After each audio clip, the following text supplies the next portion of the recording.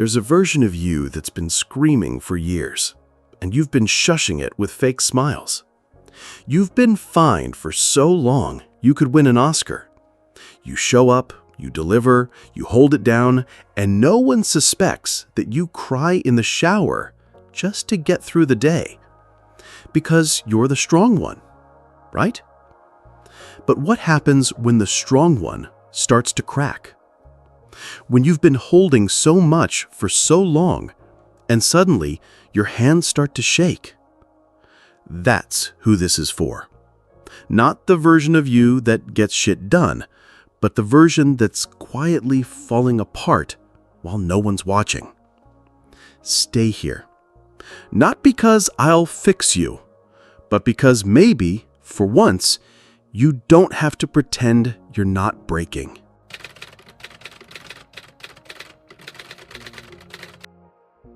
Let's be honest about something most people are too afraid to say out loud. Pretending to be strong doesn't make you resilient. It makes you invisible. And that's the real cost, right? You build this version of yourself that always holds it together. You're the one who doesn't cry in meetings, the one who says, "I'm good, just tired," when you're actually one panic attack away from shutting down. The one who jokes through grief, helps others through breakups, cancels your own meltdowns because someone else needs you more. You become a fucking fortress, and people stop checking if you're okay because they assume you always are. That's the trick. You get rewarded for being strong. You get praise, promotions, dependability points. You're so mature, so reliable, so solid. But what you really are is dying quietly. And no one notices because dying quietly looks a lot like doing fine. There's no funeral for the person you used to be when you lose yourself trying to be strong for everyone else. There's no moment of silence, no flowers, no eulogies, just expectations, deadlines, family birthdays, group chats, bills, reheating leftovers while your soul is rotting. No one tells you that the cost of being the strong one is that you don't get to be held. You don't get breakdowns. You don't get softness. You don't even get rest. Because everyone thinks you've got it. So they stop asking if you even want to. And let's talk about how it starts. It starts early, sometimes in childhood. You were the one who didn't cry when your parents fought. You made jokes after funerals. You distracted everyone when things got heavy. You became the emotional janitor, the cleaner of messes, the one who translates chaos into calm. So by the time you hit adulthood, pretending to be strong wasn't a choice. It was a personality, a job you never applied for but can't seem to quit. And let's not romanticize it. It's not noble. It's survival. It's autopilot. It's what happens when you realize that showing pain won't make things better, just messier. You show up to work after crying in your car. You crack jokes during anxiety spirals. You answer "How are you?" with "I'm fine," so fast it doesn't even sound like a lie anymore. You become so good at looking okay that even you start to believe it, until your body starts speaking for you. The tension in your jaw, the tightness in your chest, the constant fatigue that sleep doesn't fix. Because here's what no one tells you. Pretending to be okay is a trauma response. And the more you do it, the more your body keeps the score. You stop recognizing your own needs. You stop trusting your own pain. You start apologizing for feeling things, even to yourself. Let me say this loud and without sugar. You are not broken because you're exhausted. You're exhausted because you've been pretending not to be broken. There's a difference. And the longer you play the role of the strong one, the more it becomes a trap. Because if you fall apart now, everyone else might fall apart too. And you can't risk that, right? You can't be the person who ruins dinner with honesty. You can't be the person who finally says, "I can't fucking do this anymore." So you keep smiling, you keep carrying, you keep pretending, until pretending becomes your native language, and you forget how to speak anything else. This is the lie of strength in our culture, that the people who hold it all together are the ones who deserve the least care, that if you're good at surviving, you don't need saving. But survival is not peace, it's not healing, it's not safety. It's just another form of silence. And silence kills. Not all at once, not dramatically, but slowly, quietly, in skipped therapy appointments, in delayed doctor visits, in one more Red Bull to push through, in one more smile you force when you're actually on the edge. So if you're watching this and you feel it in your bones, if you've spent your life being the one who keeps everyone else afloat while you drown in private, I want to tell you this. You're not invisible here. You don't have to translate your pain into digestible phrases. You don't have to earn softness by breaking down completely. You're allowed to be tired. Not the kind of tired that sleep fixes, the kind that comes from holding up a whole world that never asked how heavy it was. And maybe, just maybe, you don't need to be the strong one anymore. Not in this space.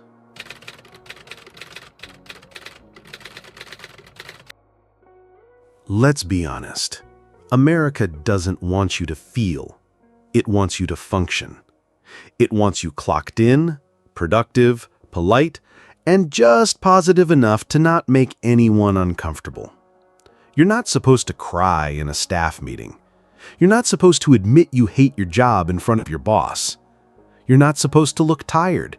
You're supposed to bring good energy. Smile, nod. Say, thank you for the feedback, even when it feels like a slap. This is what toxic strength looks like in everyday life.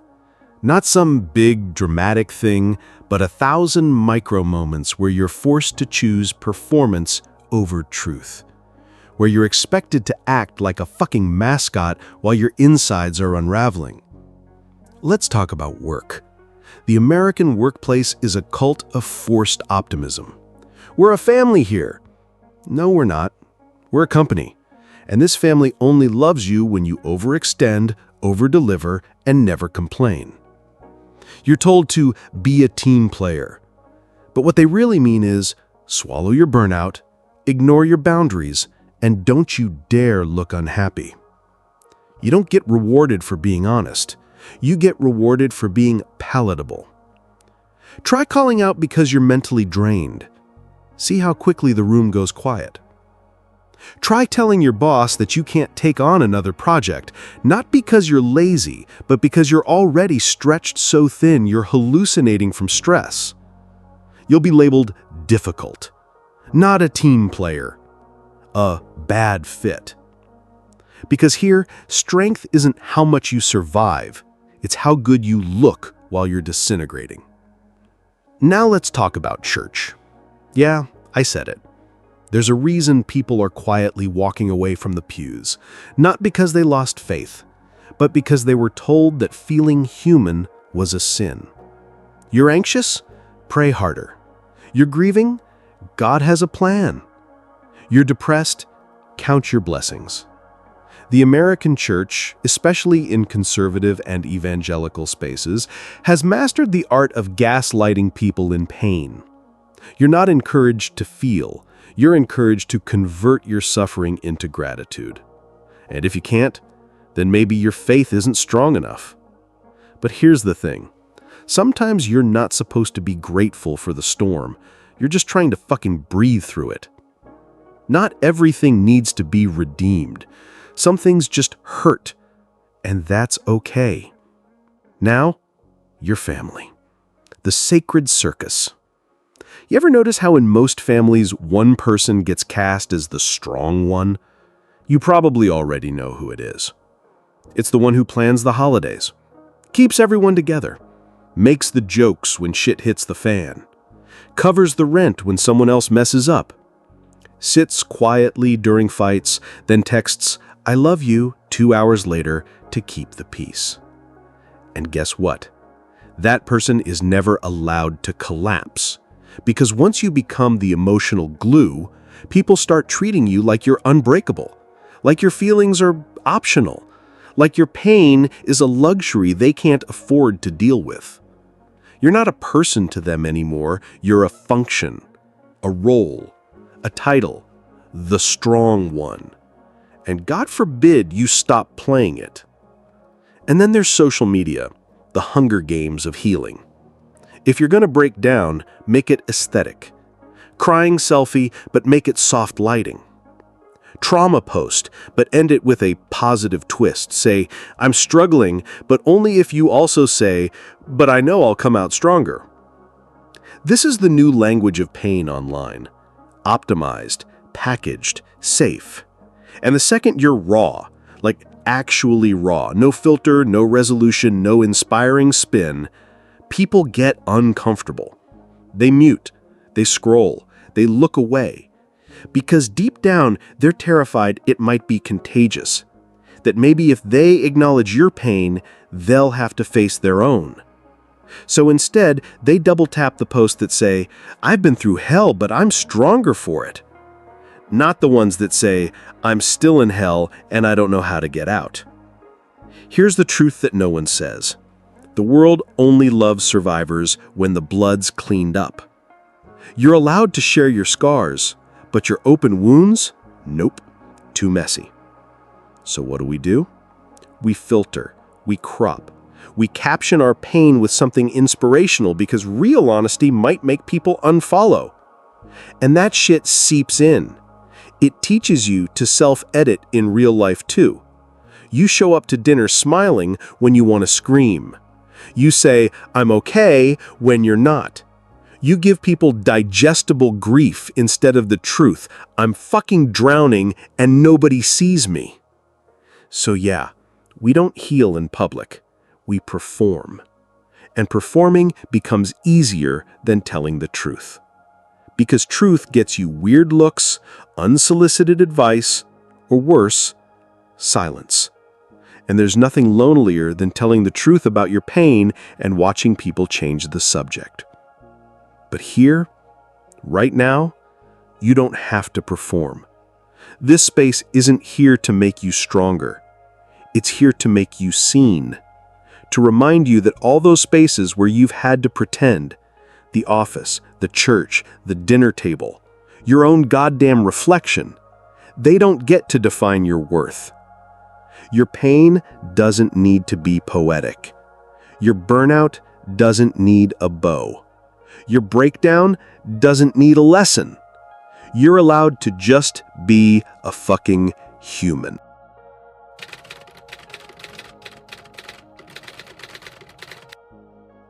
Let's talk about what pretending does to a person. Not for a week, not for a hard season, but for years, decades, a lifetime. Let's talk about what happens when the only version of you that anyone accepts is the one that keeps it all together.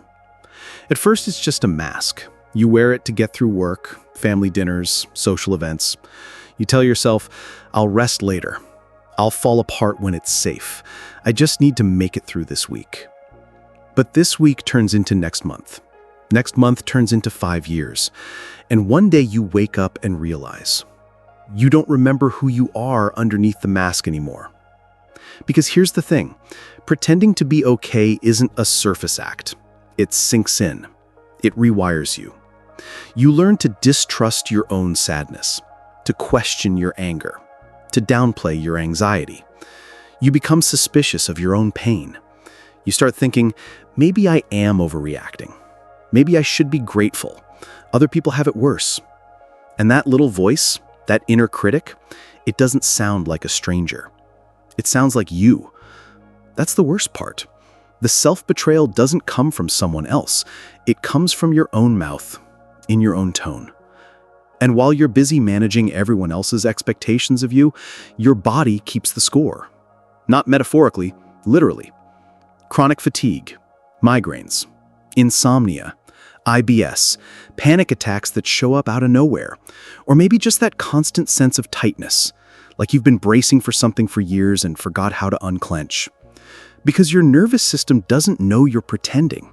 It doesn't speak, "I'm fine." It only speaks truth. And when your body isn't allowed to express truth, it starts to scream in other ways. Let's bring in some real numbers here. According to the CDC, more than 1 in 3 American adults struggle with anxiety or depression. But you wouldn't know it from the outside, right? Because most of us don't talk about it. We function through it. We wear the outfit. We meet the deadline. We parent. We cook. We text back. And no one ever suspects how loud the pain really is, because high-functioning depression is designed to look like success. You get praise for the same habits that are slowly killing you. And if you're a woman in America, forget it. The emotional labor you carry is practically invisible.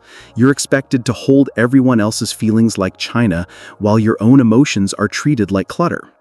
You cry, you're unstable. You don't cry, you're cold. You speak up, too much. You stay silent, not enough. You don't get to win. You only get to manage. And if you're black or brown or queer or broke, the pressure multiplies.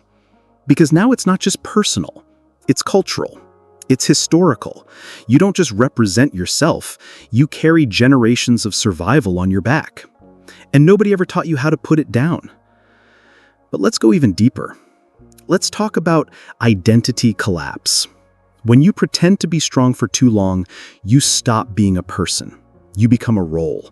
And roles don't cry, roles don't say no, roles don't get to change their minds. You start making decisions not based on what you need, but based on what the strong version of you, trademark, would do. You stop asking yourself, what do I want? What do I feel? What hurts? And instead ask, what will disappoint the least amount of people? You stop living. You start performing your life. And maybe nobody notices. Because you still post, still show up, still laugh at the right jokes, still say, "I'm tired," in that half-joking way that makes it easy for people to ignore. But you know, somewhere deep down, there's a version of you screaming. The one who wanted more. The one who remembered softness. The one who used to believe rest wasn't a crime. And every time you shove that version down, you lose something you can't name. A memory. A color, a truth. So here's the part nobody tells you. Pretending to be strong doesn't just hide your pain, it erases your permission to be real. And the longer you do it, the harder it gets to come back. Because vulnerability becomes foreign, because asking for help starts to feel like weakness, because you start to believe the mask is the only version of you that's lovable. But that's the lie, and it's a heavy fucking lie to live under. Because you were never meant to be a statue. You were never meant to carry silence like a trophy. You were never meant to be the reliable one at the cost of your own soul. So if this is hitting you, if some part of you is breaking open while listening to this, good. That's not weakness. That's recognition. That's your body remembering what it feels like to be honest. That's you coming home to yourself after years of being a stranger in your own skin. And yeah, it hurts. But maybe that pain isn't punishment. Maybe it's a door. The question is, will you walk through it?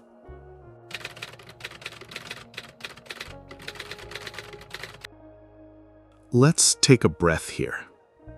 No, really. Right now. Just breathe. Not the kind of breath you take to move on, the kind you take to arrive, to land, to finally stop running, even if just for a moment. Because here's the truth. You are not failing. You are not weak. You are not crazy, dramatic, lazy, selfish, or too sensitive. You are tired, bone deep, soul heavy, crisis fatigued. But tired doesn't mean broken. Tired means human. And being human, that's allowed here. Let's call this what it really is. You're not overwhelmed by life because you're incapable. You're overwhelmed because you've been on nonstop, on guard, on alert, on call emotionally for everyone but yourself. You've been carrying grief that no one named, fears you don't have words for, responsibilities that were never yours but became yours anyway. You're holding other people's needs, their moods, their approval, their safety, like it's your job to be the emotional emergency room for everyone around you. And what happens when you need help?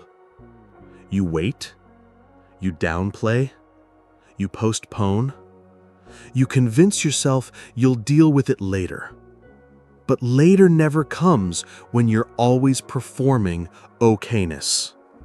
And I know, maybe nobody taught you how to rest. Not real rest. Not the kind you don't have to earn.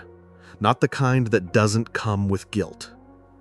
In this country, rest is treated like a luxury. Something for the healed, the wealthy, the retired. But for people like us, rest feels like a threat. Like if we stop moving, stop fixing, stop managing everyone else, the whole world might fall apart. And maybe you learned that as a kid. Maybe the first time you slowed down, someone called you lazy. Maybe the first time you cried, someone told you to toughen up. Maybe you were punished for feeling too much or for needing too loudly. So now even when your body begs you to stop, your mind screams, keep going, don't be a burden, don't make it about you. But I want to tell you something that might be hard to believe. You are allowed to need. You are allowed to stop.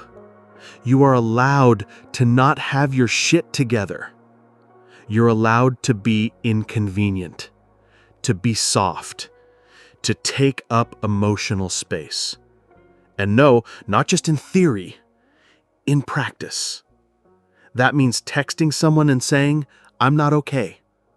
That means canceling plans without writing a fucking essay about it. That means letting the dishes sit in the sink while you sit on the floor and breathe. That means choosing your life over your image. And you know what? That might piss some people off. Because the moment you stop playing your role, the people who benefited from your silence will squirm. They'll call you selfish, difficult, different. But that doesn't mean you're doing it wrong. It means you're finally doing it real. There's a difference between being reliable and being exploited, between being strong and being used. You've been told your value comes from being okay all the time, but your worth is not measured by how much you can endure. Your worth is not a performance metric. Your soul is not a spreadsheet. And look, I'm not saying this will be easy. Unlearning the strong person identity feels like detoxing. It's uncomfortable. It's confusing. It can feel lonely as hell. Because suddenly, you don't know who you are when you're not fixing, helping, holding. You'll sit with emotions that have been waiting years to be heard. And yeah, they'll be loud. They'll rage. They'll ache. But that's how healing sounds at first. It's not peaceful. It's not pretty. It's raw. It's feral. It's fucking real. And real is what you need now. Let's say this together.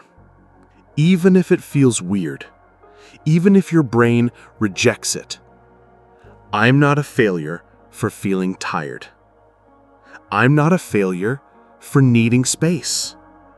I'm not a failure for not being strong today. Strength isn't always holding it together. Sometimes it's saying, I can't keep holding this. Sometimes it's finally letting it drop. And when you do, when you put that weight down, even for a second, you'll feel it. That tiny flicker of truth beneath the exhaustion. The part of you that's still alive, still here, still you. Not the version everyone claps for, not the clean, high-functioning shell, but the real one, the soft one, the one who deserves to come out. So here's your permission slip. Not the kind you ask for, the kind you write for yourself. You're allowed to stop pretending. You're allowed to feel what's real. You're allowed to rest, not to get back to work, but just to exist. Let people think what they want. Let the world keep spinning. You get to breathe now. You get to be tired. You get to put the weight down.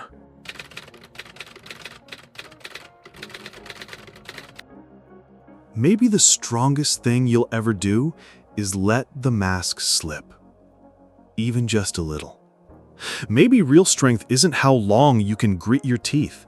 Maybe it's how honestly you can say, "I'm not okay," and not feel the need to add a fucking smiley face after.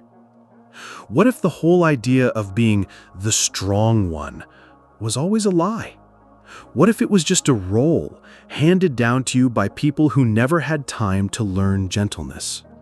Because strength, real, honest strength, doesn't always look like showing up. Sometimes it looks like not showing up. Sometimes it's texting, "I can't come. I need space." Sometimes it's putting your phone on Do Not Disturb and not feeling guilty about it. Sometimes it's sitting in the dark, in silence, and not trying to fix it, just being there with yourself. That's not weakness. That's you remembering you're alive. And I get it. When you've spent your whole life earning love through usefulness, stillness can feel terrifying. Being seen without your armor can feel like standing naked in a snowstorm. Because who are you without the performance? Without the answers? Without the smile? Who are you when you're not the one holding everything together? The scary part is, you don't know. Not yet. But that's where this whole thing shifts. That's where possibility starts to grow, not in doing more, but in doing less. Not in proving, but in unlearning. And you won't get it right all the time. You'll have days when you want to run back to the mask. You'll feel guilty for resting. You'll overshare one day and shut down the next. You'll snap at people you love. You'll avoid calls from friends who mean well, but don't actually know how to hold space. That's okay. Healing is not a rebrand. It's not a lifestyle. It's not a mood board with crystals and candles and perfect morning routines. Healing is messy. It's losing your shit at the grocery store. It's crying while folding laundry. It's suddenly realizing your entire identity was shaped by survival and having no idea what to build in its place. But you build anyway, brick by brick, boundary by boundary, small truth by small truth.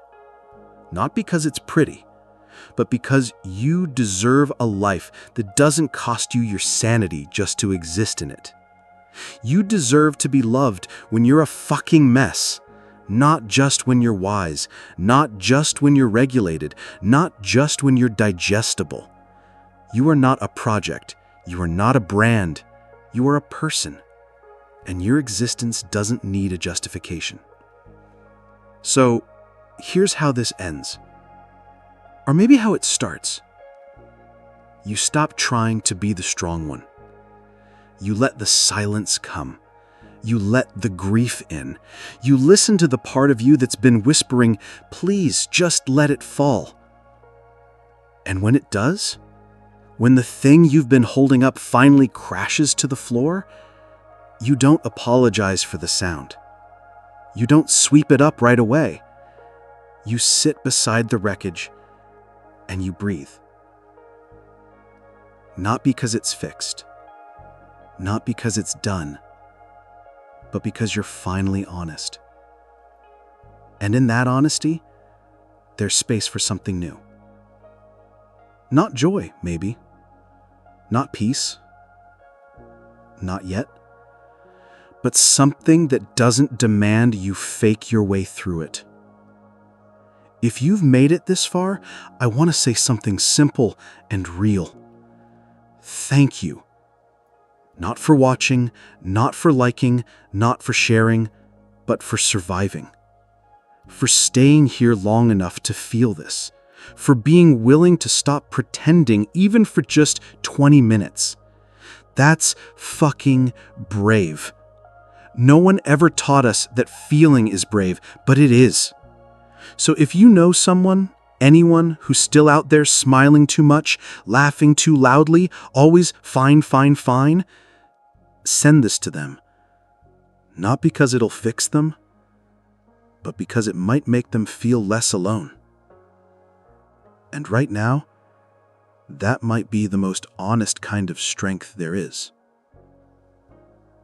If this made something inside you exhale, send it to someone who's still holding their breath.